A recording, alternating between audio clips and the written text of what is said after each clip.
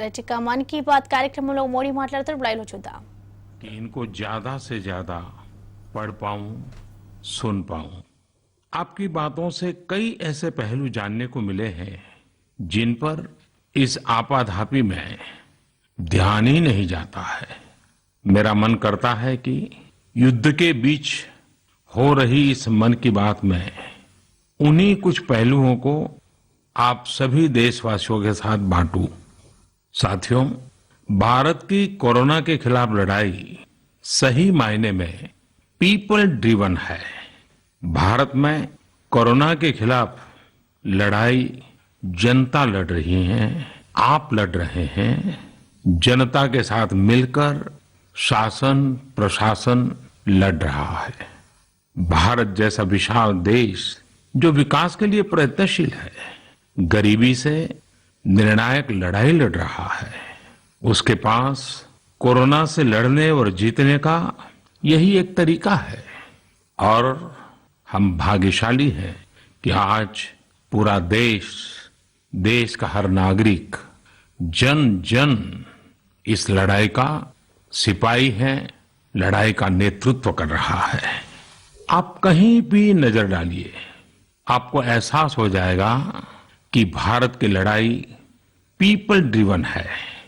जब पूरा विश्व इस महामारी के संकट से जूझ रहा है, भविष्य में जब इसकी चर्चा होगी, उसकी तौर तरीकों की चर्चा होगी, मुझे विश्वास है कि भारत की यह पीपल ड्रिवन लड़ाई इसकी जरूर चर्चा होगी।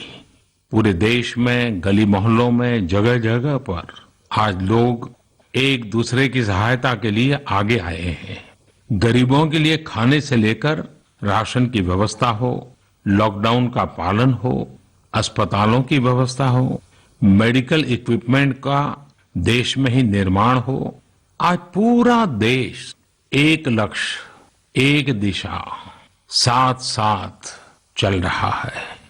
ताली थाली दिया मोमबत्ती, इन सारी चीजों ने जो भावनाओं को जन्म दिया, जिस जज्बे से देशवासियों ने कुछ न कुछ करने की ठान ली, हर किसी को इन बातों ने प्रेरित किया है। शहर हो या गांव, ऐसा लग रहा है जैसे देश में एक बहुत बड़ा महायज्ञ चल रहा है, जिसमें हर कोई अपना योगदान देने के लिए आतुर है। हमारे किसान भाई बहनों को ही देखिए, एक तरफ वो इस महामारी के बीच अपने खेतों में दिन रात मेहनत कर रहे हैं और इस बात की भी चिंता कर रहे हैं कि देश में कोई भी भूखा न सोए। हर कोई अपने सामर्थ्य के हिसाब से इस लड़ाई को लड़ रहा है। कोई किराया माफ कर रहा है, तो कोई अपनी पूरी पेंशन या पुरस्कार में मिली राशि को पीएम केयर्स में जमा करा रहा है। कोई खेत की सारी सब्जियां दान दे रहा है, तो कोई हर रोज सैकड़ों गरीबों को मुफ्त भोजन करा रहा है। कोई मास्क बना रहा है। कहीं हमारे मजदूर भाई बहन क्वारंटीन में रहते हुए जिस स्कूल में रह रहे हैं, उसकी रंगाई पुताई कर रहे हैं। साथियों, दूसरों की मदद के लिए आपके भीतर हृदय की किसी कोने में जो ये उमड़ता घुमड़ता भाव है ना, वही कोरोना के खिलाफ भारत की इस लड़ाई को ताकत दे रहा है। वही इस लड़ाई को सच्चे मायने में पीपल ड्रिवन बना रहा है। और हमने देखा है पिछले कुछ साल में हमारे देश में यह मिजाज बना है, निरंतर मजबूत होता रहा है। चाहे करोड़ों लोगों का गैस सब्सिडी छोड़ना हो, लाखों सीनियर सिटीजन का रेलवे सब्सिडी छोड़ना हो, स्वच्छ भारत अभियान का नेतृत्व लेना हो, टॉयलेट बनाने हो, अनगिनत बातें ऐसी है। इन सारी बातों से पता चलता है हम सबको एक मन, एक मजबूत धागे से पिरो दिया है। एक होकर देश के लिए कुछ करने की प्रेरणा दी है। मेरे प्यारे देशवासियों, मैं पूरी नम्रता पूर्वक, बहुत ही आदर के साथ आज 130 करोड़ देशवासियों की इस भावना को सर झुका करके नमन करता हूं। आप अपनी भावना के अनुरूप देश के लिए अपनी रुचि के हिसाब से अपने समय के अनुसार कुछ कर सके, इसके लिए सरकार ने एक डिजिटल प्लेटफॉर्म भी तैयार किया है। ये प्लेटफॉर्म है covidwarriors.gov.in। मैं दोबारा बोलता हूं, covidwarriors.gov.in। सरकार ने इस प्लेटफॉर्म के माध्यम से तमाम सामाजिक संस्थाओं के वॉलेंटियर्स, सिविल सोसाइटी के प्रतिनिधि और स्थानीय प्रशासन को एक दूसरे से जोड़ दिया है। बहुत ही कम समय में इस पोर्टल से 1.25 करोड़ लोग जुड़ चुके हैं। इनमें डॉक्टर, नर्सिस से लेकर हमारी आशा, एएनएम बहनें, हमारे एनसीसी, एनएसएस के साथी, अलग अलग फील्ड के तमाम प्रोफेशनल्स, उन्होंने इस प्लेटफॉर्म को अपना प्लेटफॉर्म बना लिया है। ये लोग स्थानीय स्तर पर क्राइसिस मैनेजमेंट प्लान बनाने वालों में और उसकी पूर्ति में भी बहुत मदद कर रहे हैं। आप भी covidwarriors.gov.in से जुड़कर देश की सेवा कर सकते हैं, कोविड वॉरियर बन सकते हैं। साथियों, हर मुश्किल हालात, हर लड़ाई कुछ न कुछ सबक देती है, कुछ न कुछ सिखा करके जाती है, सीख देती है, कुछ संभावनाओं के मार्ग बनाती है और कुछ नई मंजिलों की दिशा भी देती है। इस परिस्थिति में आप सब देशवासियों ने जो संकल्प शक्ति दिखाई है, उससे भारत में एक नए बदलाव की शुरुआत भी हुई है। हमारे बिजनेस, हमारे दफ्तर, हमारे शिक्षण संस्थान, हमारा मेडिकल सेक्टर, हर कोई तेजी से नए तकनीकी बदलावों की तरफ भी बढ़ रहे हैं। टेक्नोलॉजी के फ्रंट पर तो वाकई ऐसा लग रहा है कि देश का हर इनोवेटर नई परिस्थितियों के मुताबिक कुछ न कुछ नया निर्माण कर रहा है। साथियों, देश जब एक टीम बनकर के काम करता है, तब क्या कुछ होता है, ये हम अनुभव कर रहे हैं।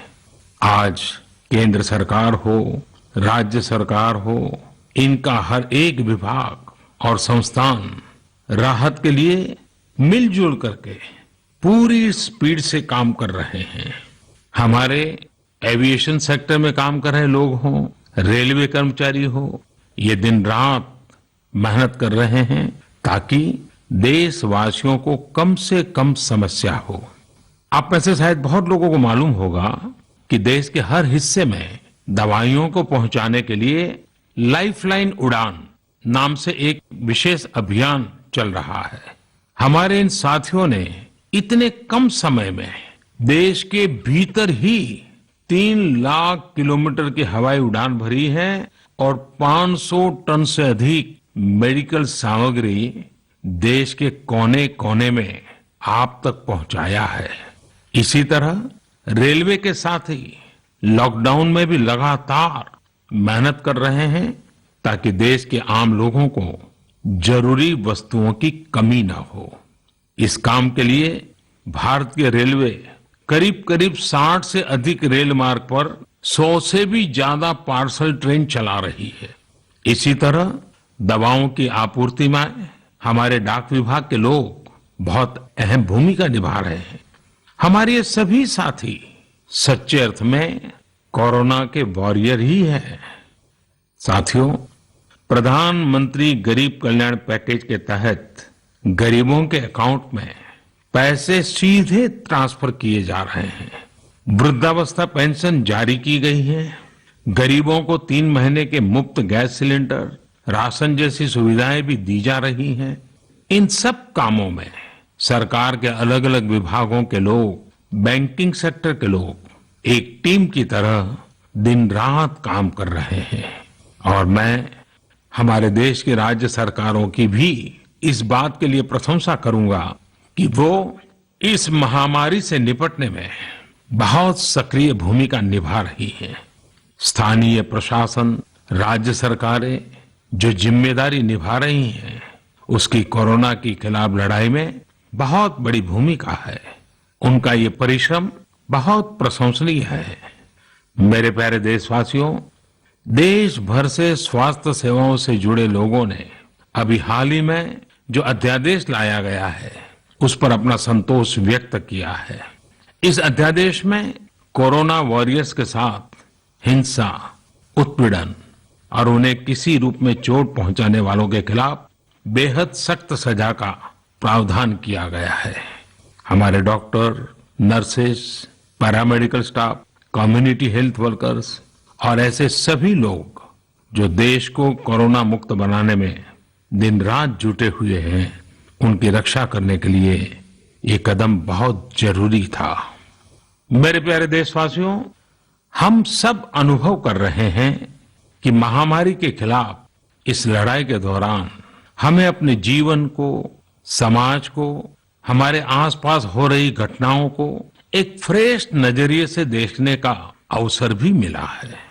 समाज के नजरिए में भी व्यापक बदलाव आया है। आज अपने जीवन से जुड़े हर व्यक्ति की अहमियत का हमें आभास हो रहा है।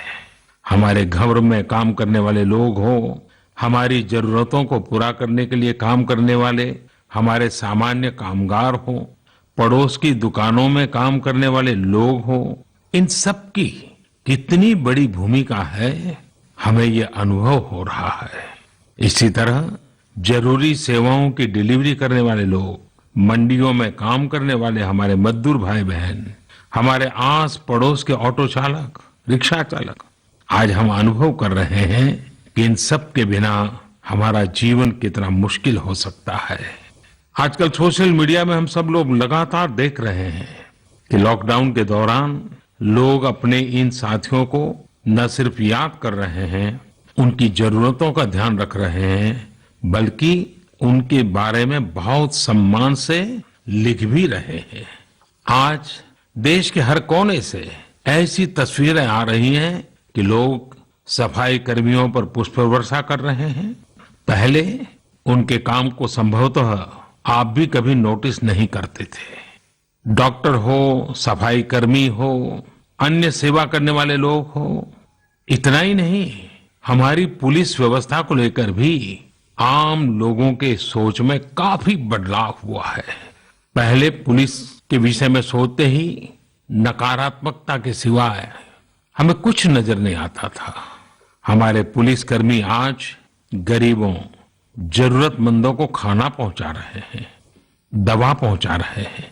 जिस तरह से हर मदद के लिए पुलिस सामने आ रही है, इससे पुलिसिंग का मानवीय और संवेदनशील पक्ष हमारे सामने उभर करके आया है, हमारे मन को झकझोर दिया है, हमारे दिल को छू लिया है। एक ऐसा अवसर है जिसमें आम लोग पुलिस से भावात्मक तरीके से जुड़ रहे हैं। हमारे पुलिस कर्मियों ने इसे जनता की सेवा के एक अवसर के रूप में लिया है और मुझे पूरा विश्वास है इन घटनाओं से आने वाले समय में सच्चे अर्थ में बहुत ही सकारात्मक बदलाव आ सकता है और हम सब ने इस सकारात्मकता को कभी भी नकारात्मकता के रंग से रंगना नहीं है। साथियों, हम अक्सर सुनते हैं प्रकृति, विकृति और संस्कृति। इन शब्दों को एक साथ देखें और इसके पीछे के भाव को देखें तो आपको जीवन को समझने का भी एक नया द्वार खुलता हुआ दिखेगा। अगर मानव प्रकृति की चर्चा करें तो ये मेरा है, मैं इसका उपयोग करता हूं। इसको और इस भावना को बहुत स्वाभाविक माना जाता है, किसी को इसमें कोई ऐतराज नहीं होता। इसे हम प्रकृति कह सकते हैं। लेकिन जो मेरा नहीं है, जिस पर मेरा हक नहीं है, उसे मैं दूसरे से छीन लेता हूं, उसे छीनकर उपयोग में लाता हूं, तो हम इसे विकृति कह सकते हैं। इन दोनों से परे, प्रकृति और विकृति से ऊपर जब कोई संस्कारित मन सोचता है या व्यवहार करता है तो हमें संस्कृति नजर आती है। जब कोई अपने हक की चीज, अपनी मेहनत से कमाई चीज, अपने लिए जरूरी चीज, कम हो या अधिक, इसकी परवाह किए बिना किसी व्यक्ति की जरूरत को देखते हुए खुद की चिंता छोड़कर अपने हक के हिस्से को बांट करके किसी दूसरे की जरूरत पूरी करता है, वही तो संस्कृति है। साथियों, जब कसौटी का काल होता है तब इन गुणों का परीक्षण होता है। आपने पिछले दिनों देखा होगा कि भारत ने अपने संस्कारों के अनुरूप, हमारी सोच के अनुरूप, हमारी संस्कृति का निर्वहन करते हुए कुछ फैसले लिए। संकट की इस घड़ी में दुनिया के लिए भी, समृद्ध देशों के लिए भी दवाइयों का संकट बहुत ज्यादा रहा है। एक ऐसा समय है कि अगर भारत दुनिया को दवाइयां न भी दे तो कोई भारत को दोषी नहीं मानता। हर देश समझ रहा है कि भारत के लिए भी उसकी प्राथमिकता अपने नागरिकों का जीवन बचाना है। लेकिन साथियों, भारत ने प्रकृति विकृति की सोच से परे होकर फैसला लिया। भारत ने अपनी संस्कृति के अनुरूप फैसला लिया। हमने भारत की आवश्यकताओं के लिए जो करना था उसका प्रयास तो बढ़ाया ही, लेकिन दुनिया भर से आ रही मानवता की रक्षा की पुकार पर भी पूरा ध्यान दिया। हमने विश्व के हर जरूरतमंद तक दवाइयों को पहुंचाने का बीड़ा उठाया और मानवता के इस काम को करके दिखाया। आज जब मेरी अनेक देशों के राष्ट्राध्यक्षों से फोन पर बात होती है तो वो भारत की जनता का आभार जरूर व्यक्त करते हैं। जब वो लोग कहते हैं thank you India, thank you people of India, तो देश के लिए गर्व और बढ़ जाता है। इसी तरह इस समय दुनिया भर में भारत के आयुर्वेद और योग के महत्व को भी लोग बड़े विशिष्ट भाव से देख रहे हैं। सोशल मीडिया पर देखिए, हर तरफ इम्यूनिटी बढ़ाने के लिए किस तरह से भारत के आयुर्वेद और योग की चर्चा हो रही है। कोरोना की दृष्टि से आयुष मंत्रालय ने इम्यूनिटी बढ़ाने के लिए जो प्रोटोकॉल दिया था, मुझे विश्वास है कि आप लोग इसका प्रयोग जरूर कर रहे होंगे। गर्म पानी, काढ़ा और जो अन्य दिशा निर्देश आयुष मंत्रालय ने जारी किए हैं वो आप अपनी दिनचर्या में शामिल करेंगे तो आपको बहुत लाभ होगा। साथियों, वैसे ये दुर्भाग्य रहा है कि कई बार हम अपनी ही शक्तियां और समृद्ध परंपराओं को पहचानने से इनकार कर देते हैं। लेकिन जब विश्व का कोई दूसरा देश एविडेंस बेस्ड रिसर्च के आधार पर वही बात करता है, हमारी फॉर्मूला हमें सिखाता है, तो हम उसे हाथों हाथ ले लेते हैं। संभवतः इसके पीछे एक बहुत बड़ा कारण सैकड़ों वर्षों की हमारी गुलामी का कालखंड रहा है। इस वजह से कभी कभी हमें अपनी ही शक्ति पर विश्वास नहीं होता है, हमारा आत्मविश्वास कम नजर आता है। इसलिए हम अपने देश की अच्छी बातों को, हमारे पारंपरिक सिद्धांतों को एविडेंस बेस्ड रिसर्च के आधार पर आगे बढ़ाने के बजाय उसे छोड़ देते हैं, उसे हीन समझने लगते हैं। भारत की युवा पीढ़ी को अब इस चुनौती को स्वीकार करना होगा। जैसे विश्व ने योग को सहज स्वीकार किया है, वैसे ही हजारों वर्षों पुराने हमारे आयुर्वेद के सिद्धांतों को भी विश्व अवश्य स्वीकार करेगा। हाँ, इसके लिए युवा पीढ़ी को संकल्प लेना होगा और दुनिया जिस भाषा में समझती है उस वैज्ञानिक भाषा में हमें समझाना होगा, कुछ करके दिखाना होगा। साथियों, वैसे कोविड-19 के कारण कई सकारात्मक बदलाव हमारे काम करने के तरीके, हमारी जीवन शैली और हमारी आदतों में भी स्वाभाविक रूप से अपनी जगह बना रहे हैं। आपने सबने भी महसूस किया होगा इस संकट ने कैसे अलग अलग विषयों पर हमारी समझ और हमारी चेतना को जागरूक किया है। जो असर हमें अपने आसपास देखने को मिल रहे हैं, इनमें सबसे पहला है मास्क पहनना और अपने चेहरे को ढककर रखना। कोरोना की वजह से बदलते हुए हालात में मास्क भी हमारे जीवन का हिस्सा बन रहा है। वैसे हमें इसकी भी आदत कभी नहीं रही कि हमारे आसपास के बहुत सारे लोग मास्क में दिखे, लेकिन अब हो यही रहा है। हाँ, इसका ये मतलब नहीं है कि जो मास्क लगाते हैं वे सभी बीमार हैं। और जब मैं मास्क की बात करता हूं तो मुझे एक पुरानी बात याद आती है। आप सबको भी याद होगा, एक जमाना था कि हमारे देश के कई ऐसे इलाके ऐसे होते थे कि वहां अगर कोई नागरिक फल खरीदता हुआ दिखता था तो आस पड़ोस के लोग उसको जरूर पूछते थे, क्या घर में कोई बीमार है? यानी फल मतलब बीमारी में ही खाया जाता है, ऐसी एक धारणा बनी हुई थी। हालांकि समय बदला और ये धारणा भी बदली। वैसे ही मास्क को लेकर भी धारणा अब बदलने वाली ही है। आप देखिएगा, मास्क अब सभ्य समाज का प्रतीक बन जाएगा। अगर बीमारी से खुद को बचना है और दूसरों को भी बचाना है तो आपको मास्क लगाना पड़ेगा। और मेरा तो सिंपल सुझाव रहता है, गमछा मुंह ढकना है। साथियों, हमारे समाज में एक और बड़ी जागरूकता ये आई है कि अब सभी लोग ये समझ रहे हैं कि सार्वजनिक स्थानों पर थूकने के क्या नुकसान हो सकते हैं। यहां वहां कहीं पर भी थूक देना गलत आदतों का हिस्सा बना हुआ था। ये स्वच्छता और स्वास्थ्य को गंभीर चुनौती भी देता था। वैसे एक तरह से देखें तो हम हमेशा से ही इस समस्या को जानते रहे, लेकिन ये समस्या समाज से समाप्त होने का नाम ही नहीं ले रही थी। अब वो समय आ गया है कि इस बुरी आदत को हमेशा हमेशा के लिए खत्म कर दिया जाए। कहते भी हैं कि बेटर लेट देन नेवर। तो देर भले हो गई हो, लेकिन अब ये थूकने की आदत छोड़ देनी चाहिए। ये बातें जहां बेसिक हाइजीन का स्तर बढ़ाएंगी, वहीं कोरोना संक्रमण को फैलने से रोकने में भी मदद करेगी। मेरे प्यारे देशवासियों, ये सुखद संयोग ही है कि आज जब आपसे मैं मन की बात कर रहा हूं तो अक्षय तृतीया का पवित्र पर्व भी है।